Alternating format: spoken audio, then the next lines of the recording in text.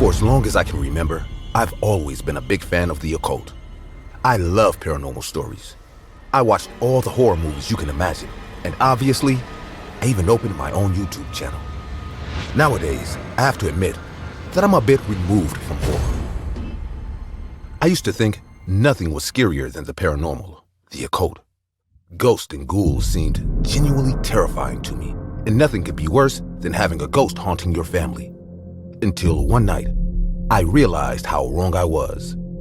That night, I realized that reality trumps fiction. That night, I realized that I didn't have to be afraid of ghosts.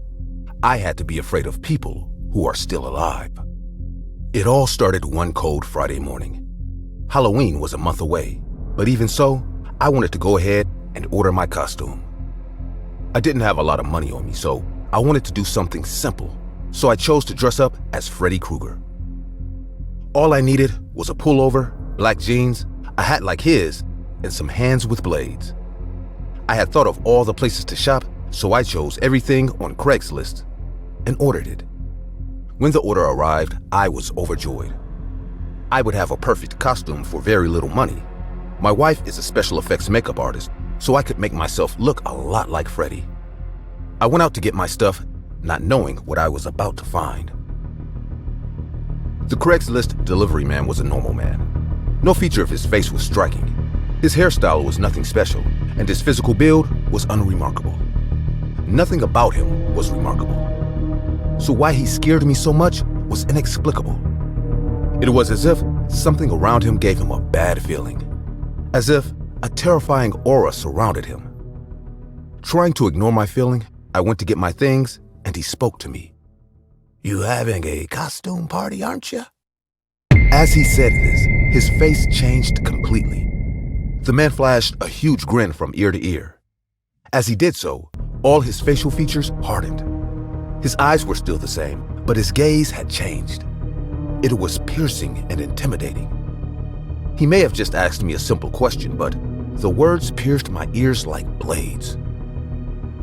How do you know?" Without answering me, he looked at the bag in the direction of Freddy's glove. "Oh, of course, silly me. I am preparing in advance my Halloween costume, that's all." "You know, my friends and I like Halloween very much. We usually dress up as clowns." "That is cool." "Although for us, Halloween is all year round. Someday, I'll show you my costume. I'm sure you'll be delighted." "Yes, someday. Have a nice day." The man didn't answer me. He just kept staring at me with his huge smile. As I opened the door to my house, I could see him slowly raise his hand and waving it back and forth. He waved at me. I locked myself in the house and looked out the window. But when I did, he was gone. Uncomfortable, I showed my wife the things, and she was happy. I let her joy rub off on me and pretended nothing had happened. I let this encounter pass as something rare, something that would never happen again. Little did I know, that was far from over. A few nights later, my wife had left with her friends, so I was going to spend the night alone with my 4-year-old son. I was sitting there watching a horror movie when suddenly I heard a car pull up to my house. I thought my wife had arrived earlier, so I looked at the Ring camera, and there it was. A scary man dressed as a clown was walking slowly towards my house, making strange head movements and staring at my camera as he walked. This man was the Craigslist driver. The man quickly arrived at my house and immediately rang the doorbell over and over again as his ghoulish grin grew bigger and bigger. He knew I was home. He knew that each ring scared me more than the last. In desperation, I called the police and told them to come urgently, that there was a scary man dressed as a clown at my door. They told me to stay on the line, but I cut the phone to get my son, who was in his room.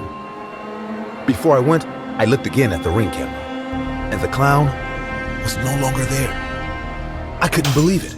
The man dressed as a clown had broken into my house. I didn't even try to fight. My only reaction was to go upstairs and into my son's room. The man on Craigslist may have caught up with me, but he didn't even try to chase me. He just followed me in slow motion enjoying every step I took up the stairs. After covering the door with a piece of furniture, I locked myself in the room and hugged my son. The clown started banging violently on the door while laughing frenetically. My son and I stood hugging each other, crying. He didn't know what was happening, but he knew it was something bad. Suddenly, the banging stopped, and I saw something slide under the door. It was a picture of my son sleeping through the night. There were also other pictures of me and my wife sleeping. The man had been in my house before. We just didn't know it. My blood froze and I didn't know how to react. I was stunned. After that silence, I heard several footsteps in my house until those footsteps came into the room. It was the police. The policemen who came told us that they did not see anyone in the house. When they arrived, it was already empty. After watching my Ring camera video, they told me that they had seen this clown in other films. Like other clowns, these people were harassing people. As a result of this, there were several disappearances and crimes. They were never able to identify the clown, and when I told them it was the same man from Craigslist, they were able to identify him, but never found him. Apparently, that was his last delivery. The next day, I changed all the locks, and within a year, I moved out. No matter how safe my house seemed, I could no longer live there knowing that my wife and son were in danger. From that day on, I could no longer watch horror movies, especially those with clowns in them. Maybe one day I will recover from what we experienced, but for now, I prefer to watch comedy movies.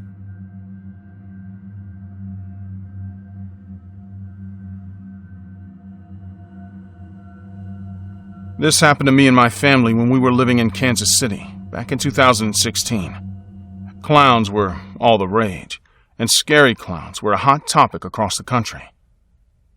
My wife Abby and I, and my son Nick, all lived in a nice house in a safe neighborhood.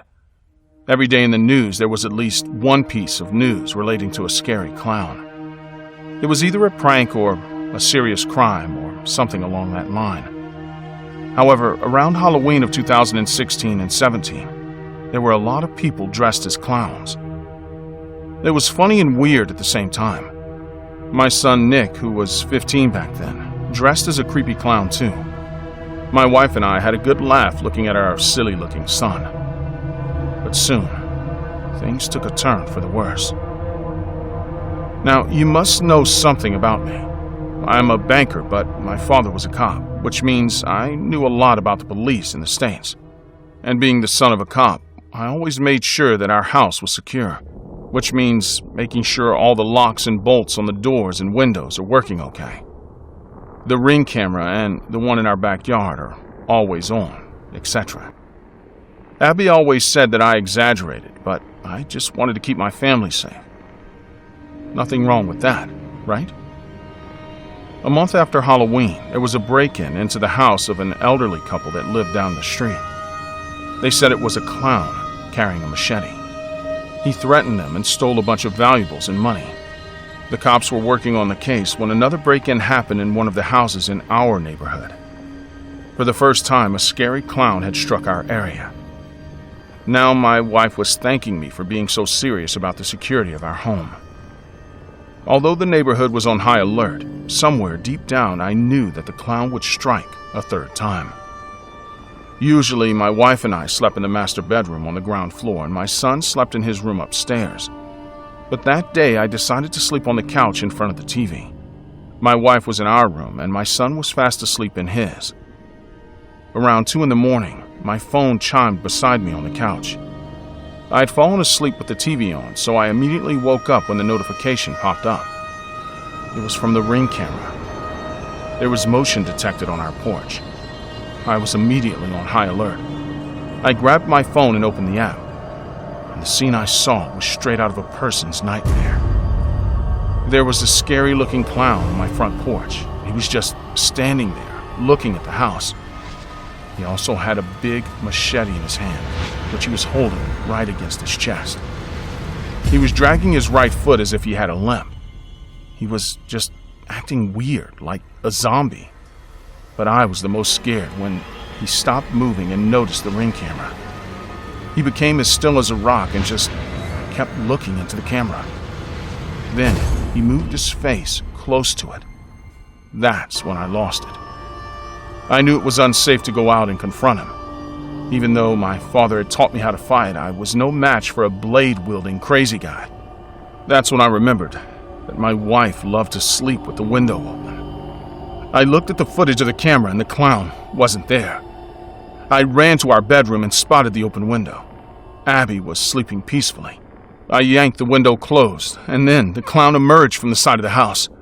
He must have heard the noise of the window closing. He raised his machete and moved it across his neck, making the "I'll kill you" motion. "What happened, Brandon?" my sleepy wife asked from the bed. "Nothing, sweetie. You sleep." I didn't want to worry her. I grabbed my phone once again and climbed the stairs to my son's room. His window was locked and his blinds were drawn, which meant no one from the street should be able to spot him. I dialed 911 and told the operator my emergency. He said that the cops would be there in a few minutes. Almost 5 minutes after I hung up the phone, someone rang the doorbell. I saw the footage of the Ring camera on my phone and saw a cop standing in front of my door. He was looking into the camera and showing me his badge. He was saying something, but we didn't have speakers installed. It was weird that the cop was able to get there so fast, especially given on average that the time it takes for cops to get to our neighborhood is around 10 to 15 minutes. Plus, it was weird for a single cop to show up at your door at night. They usually have a partner with them. So instead of opening the door immediately, I looked at the footage for a while. That's when I noticed that he wasn't a cop. Rather, he was a detective. Throughout my childhood and teenage years, I'd been around enough cops and detectives to know that only police officers responded to 911 calls, and never a detective. So it was extremely odd for one to be on my porch.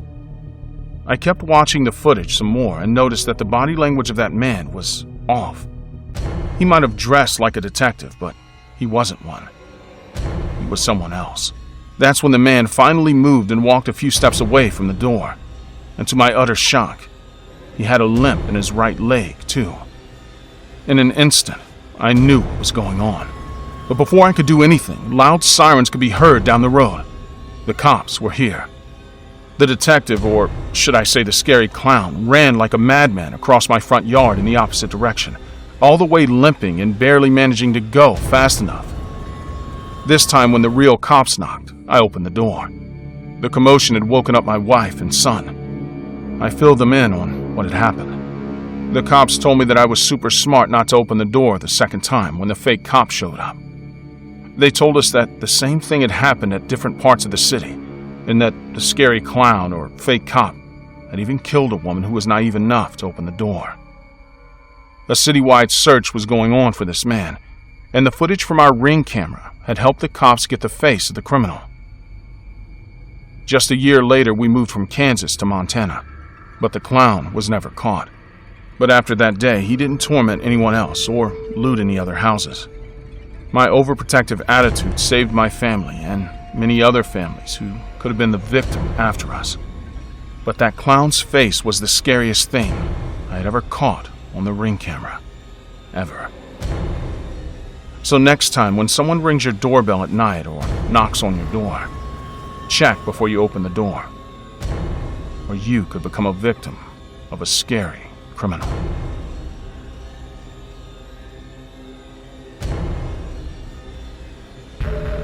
Being a single mom of 2 twin boys is tough, especially if your kids are 3-year-old toddlers.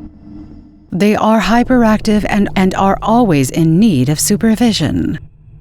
So just to be safe, I installed cameras all around the house. I'm a working mom, and I have to make sure the kids are safe in the house with the nanny while I go to work. Being a single mom also means between work, looking after the kids, and chores, I hardly get any time to shop for groceries or do anything for myself. So I mostly rely on food and grocery delivery services. DoorDash is one of my favorites. They are quick and deliver whenever I need stuff, no matter what time it is. Oftentimes, I order stuff from DoorDash while I'm at work, and the nanny takes the delivery for me. My twin sons, Alex and Adam, love home-cooked food, so I try to make meals from scratch as frequently as possible. They also like to play a lot, so I have a small park in the backyard for them. It has a kiddie pool, slides, a set of swings, and a trampoline. It's a good place to host playdates and small parties for kids as well. Sometimes while I'm at work, I like to watch my kids play in the park through the CCTV camera app. Also, we live in an area where wild animals often visit us, so a motion detection alert from the Ring camera and the backyard camera helps us to be safe. However, last month, something very scary happened. Every evening I get home by 6, and I spend the rest of my day with my kids, and by 8:30 I make sure they are in bed. Mostly due to all the activities they do throughout the day, they fall asleep after dinner. Then I do chores around the house, clean up behind them, and rarely enjoy a glass of red wine by the fireplace while reading a book. But that day was especially exhausting because the nanny had left early and I had to rush around the evening traffic to get back home to my kids.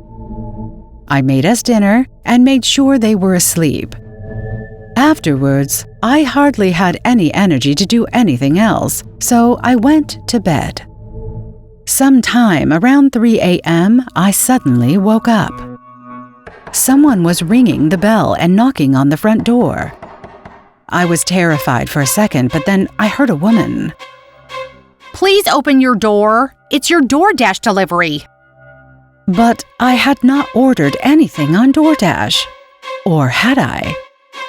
Sometimes all the work made me forgetful, so I checked my phone, and sure enough, I hadn't ordered anything. And why would I order anything at that ungodly hour? I thought about opening the door and letting the poor delivery girl know that she had the wrong address. That's when I received a notification on my phone. There was motion detected in our backyard in my kids' play area. I wondered if it was a deer or, God forbid, a bear. Those things would come around once in a while to soak in the kiddie pool. So instead of going out of the house, I checked the live footage on the camera in the backyard, and I just sat in my bed frozen. There were 4 men in my backyard right outside my kids' window, trying to break into the house. I was alone with my kids and I had no firearms with me. Please open the door. I have other deliveries. I do not have all night. The DoorDash girl was practically yelling now and banging on the door. Often, if there was no one to pick up the order, the DoorDash delivery person would just leave the stuff by the door, so this woman had no need to be so aggressive. The 4 men were wearing dark hoodies with hoods pulled up and a mask covering their faces. I couldn't see their faces through the cam, but I was scared shitless. That's when I switched to my Ring camera and saw the woman.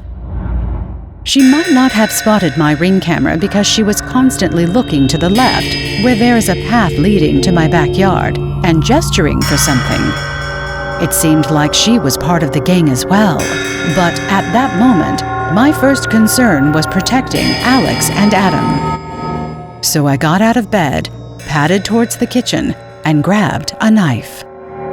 Then I headed to the kids' bedroom and immediately heard the people trying to break in from outside.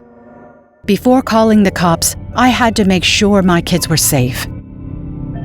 Luckily, we had a basement where we could hide till the police arrived in case those people succeeded on breaking in. Hey, Alex, Adam, wake up. We need to play a game.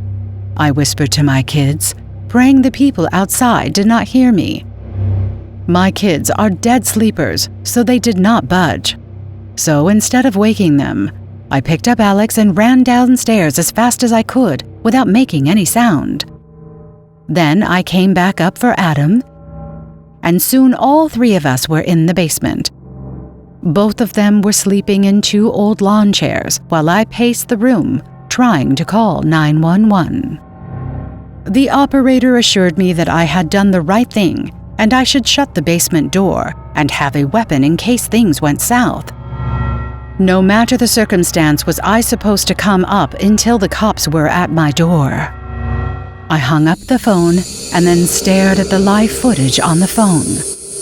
Those people were still trying, but they had no tools, so it was tough to open the window or the door.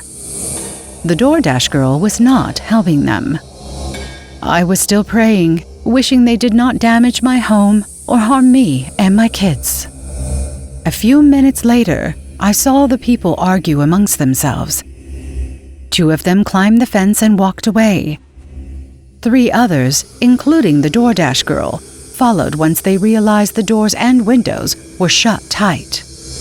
15 minutes later, the cops showed up, and finally, Adam and Alex woke up too. I brought them upstairs and told the cops what happened. I also showed them the footage. According to the footage, it looks like the gang had a plan in place. The DoorDash girl was the first part of the plan. If you opened the door for her, the rest of the 4 people would have ambushed you and force-entered the house. But when you did not open the door, the people started to find alternative ways into the house. But when they realized the locks were unbreakable, they abandoned the mission and ran away. From the looks of it, these people are novices at this.